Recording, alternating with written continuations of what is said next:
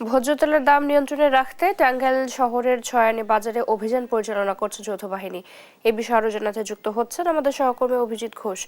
অভিজিৎ, সেখানে এখন কি পরিস্থিতি দেখছেন জানাবেন। টাঙ্গাইলে এই ভোক্তা অধিকারের উদ্যোগে যৌথ বাহিনী এই কিছুক্ষণ আগে এই টাঙ্গাইল পাঁচানী বাজারে অভিযান চালিয়েছে ভোজ্য তেলের উপরে, এবং এই ভোজ্য তেলের এবং বোতলজাত তেল যে রয়েছে সেই তেলের বাড়তি দাম নিচ্ছে এমনটি অভিযোগে যৌথ বাহিনী এই বেলা 11টায় এই পাঁচানী বাজারে অভিযান চালিয়েছে। এবং এই অভিযান চালানোর পরেই যারা ব্যবসায়ী রয়েছেন তারা কিছুটা সতর্ক হয়ে গেছেন, এবং এর আগে যে ক্রেতা যারা রয়েছেন তারা বলছিলেন যে খোলা বাজারে তারা তেল কিনেছেন 200 টাকা কেজি করে এবং বোতলজাত তেল কিনেছেন তারও বেশি দামে। তবে বোতলজাত তেলের সংকট তৈরি হলেও খোলা তেলের সংকট নেই, তবে দাম বেশি থাকার কারণে যে ভোক্তা যারা রয়েছেন তারা অভিযোগ করছেন।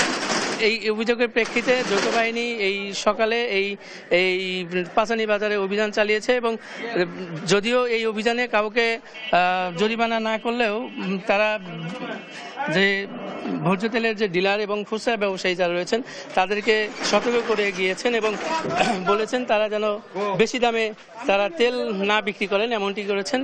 তবে তাদেরকে কোনো ধরনের জরিমানা করেনি। তবে এই ক্রাইসিস সমাধানে এই ভোক্তার থেকে এবং প্রশাসনের পক্ষ থেকে বলা হয়েছে যে এই আগামীকালকে থেকেই এই বাজারে বোতলজাত তেলের সরবরাহ শুরু হবে। এরপরে ভোক্তারা তারা কাঙ্ক্ষিত মূল্যে তারা যে বোতলের যে রেট রয়েছে, যে দাম রয়েছে, সেই দামে তারা পণ্য কিনতে পারবেন। আমরা এই মুহূর্তে একটি দোকানের সামনে রয়েছি, যে দোকানটিতে ভোজ্য তেল বিক্রি করা হচ্ছে, সয়াবিন তেল, খোলা তেল। আমরা একটু জানবো যে এই তেল কত করে বিক্রি করছেন তিনি। 180 টাকা কেজি। মানে ক্রেতারা বলছেন বেশি দামে নিচ্ছেন। না, আমরা পাইকারি বেচতেছি 180, হয়তো খুচরা 5 টাকা এরকম বেশি বেচতে পারে। যৌথ বাহিনীর কি বললো আপনাদের? না, আমাদের বাজার এখন কি বাজারে আজকে থেকে সবচেয়ে স্থিতিশীল, মানে ভালো। কেজিতে প্রায় 10-15 টাকা কম কেজিতে। আগে 95 ছিল, এখন 80 টাকা কেজি। বোতলজাত এই কতদিন আসছিল না, এই 1 তারিখে থেকে এভেলেবল হবে, হইলে তাহলে সবাই পাবো, মানে তাদের সবাই চাহিদা মেটানো যাবে আর কি।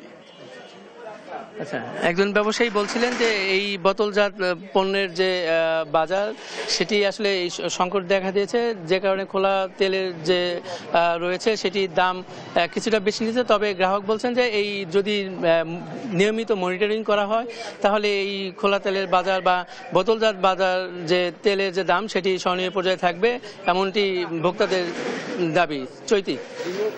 অভিজিৎ, ধন্যবাদ আপনাকে। টাঙ্গাইল থেকে আমাদের সাথে যুক্ত ছিলেন সহকর্মী অভিজিৎ ঘোষ।